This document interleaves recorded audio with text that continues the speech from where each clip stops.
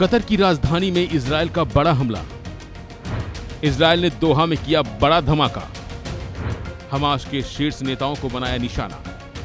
जी हां, middle east में चल रहे युद्ध के बीच इजरायल ने मंगलवार को बड़ा कदम उठाते हुए कतर की राजधानी दोहा में हमास के ठिकानों पर हमले किए। खास बात यह है कि उसी समय हमास नेता अमेरिका द्वारा सुझाए गए युद्ध विराम प्रस्ताव पर चर्चा कर रहे थे। मीडिया रिपोर्ट्स के मुताबिक बैठक कर रहे नेताओं को अमेरिकी राष्ट्रपति डोनाल्ड ट्रंप की मंजूरी के बाद निशाना बनाया गया, जो कथित तौर पर सीज फायर को लेकर अमेरिका के नवीनतम प्रस्ताव पर चर्चा कर रहे थे। हालांकि इजरायली प्रधानमंत्री नेतन्याहू ने इस ऑपरेशन को स्वतंत्र अभियान बताया है। उन्होंने सोशल मीडिया प्लेटफॉर्म एक्स पर लिखा कि हमास के शीर्ष आतंकवादी आकाओं के खिलाफ आज की कार्रवाई पूरी तरह से स्वतंत्र इजरायली अभियान था। इजरायल ने इसकी शुरुआत की, इजरायल ने इसे संचालित किया और इजरायल इसकी पूरी जिम्मेदारी लेता है। एक बयान में इजरायल रक्षा बलों यानी IDF ने कहा कि इस हमले का लक्ष्य हमास आतंकवादी संगठन के वरिष्ठ नेताओं को निशाना बनाना था, जो 7 अक्टूबर के हमास हमले के लिए जिम्मेदार है। बयान में यह भी कहा गया है कि सिविलियन को नुकसान कम करने के लिए कदम उठाए गए, जिसमें सटीक हथियारों का उपयोग और अतिरिक्त खुफिया जानकारी शामिल है। IDF ने कहा कि वह हमास के खिलाफ दृढ़ संकल्प के साथ ऑपरेशन जारी रखेगा। वहीं हमले के बाद कतर सरकार ने इसे कायरतापूर्ण और अंतर्राष्ट्रीय कानूनों का उल्लंघन बताया है।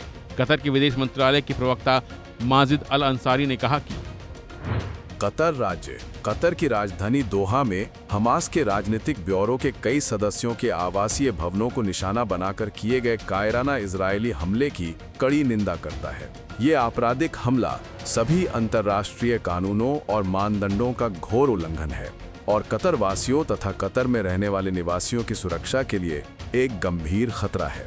मंत्रालय पुष्टि करता है कि सुरक्षा बलों, नागरिक सुरक्षा और संबंधित अधिकारियों ने तुरंत घटना की जांच शुरू कर दी और इसके परिणामों को रोकने तथा निवासियों और आसपास के क्षेत्रों की सुरक्षा सुनिश्चित करने के लिए आवश्यक उपाय किए। कतर राज्य इस हमले की कड़ी निंदा करता है, साथ ही ये पुष्टि करता है कि वह इस लापरवाह इजरायली व्यवहार और क्षेत्रीय सुरक्षा में निरंतर व्यवधान और न ही अपनी सुरक्षा और संप्रभुता को निशाना बनाने वाले किसी भी कृत्य को बर्दाश्त नहीं करेगा। उच्चतम स्तर पर जांच चल रही है और आगे के विवरण उपलब्ध होते ही घोषित किए जाएंगे।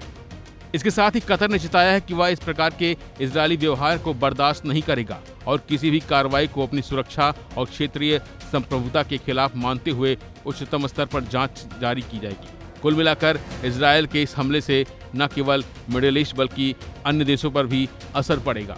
फिलहाल के लिए बस इतना ही। बाकी अपडेट के लिए बने रहिए वन इंडिया हिंदी के साथ। Subscribe to One India and never miss an update. Download the One India app